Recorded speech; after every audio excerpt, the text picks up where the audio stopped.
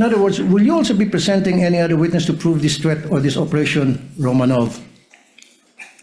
Yes, Your Honor, that will be part of our evidence in chief. May this court know now kung sino-sino itong mga witnesses na inyo ipe-present? Of course, Your Honor. We are not at liberty to disclose that at this time. Again, it will depend on the course of the trial.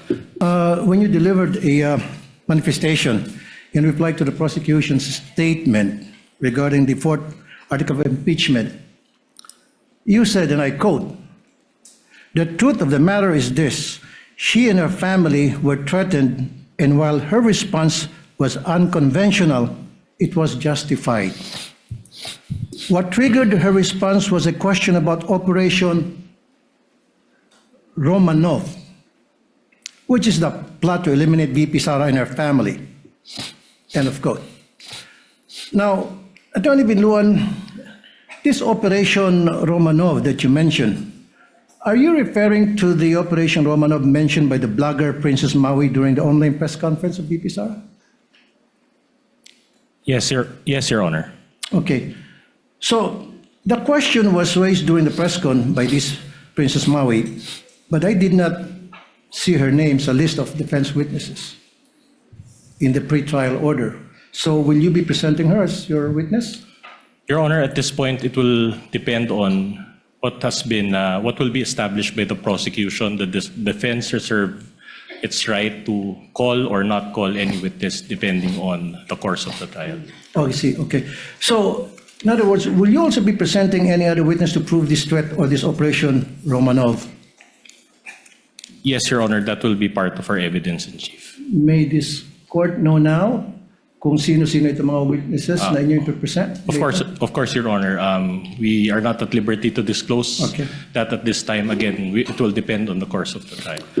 Your Honors, presiding judge, the first time I've heard about this Romanov is during the Maisog Leaders Forum in Davao City.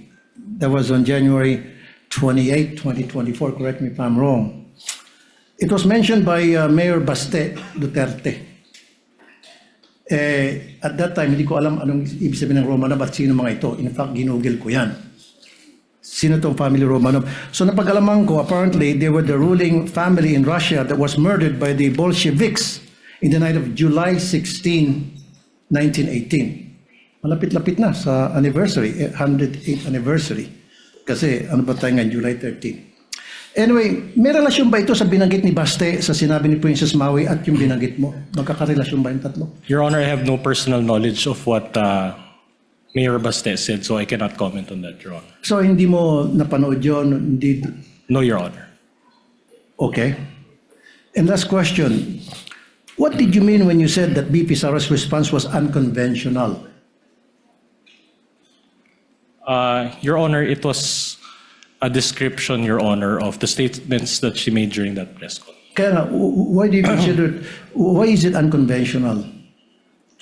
Your Honor, the basic meaning of the word is, it will explain itself, Your Honor. Okay. That's all, presiding judge and noted and entered into the records.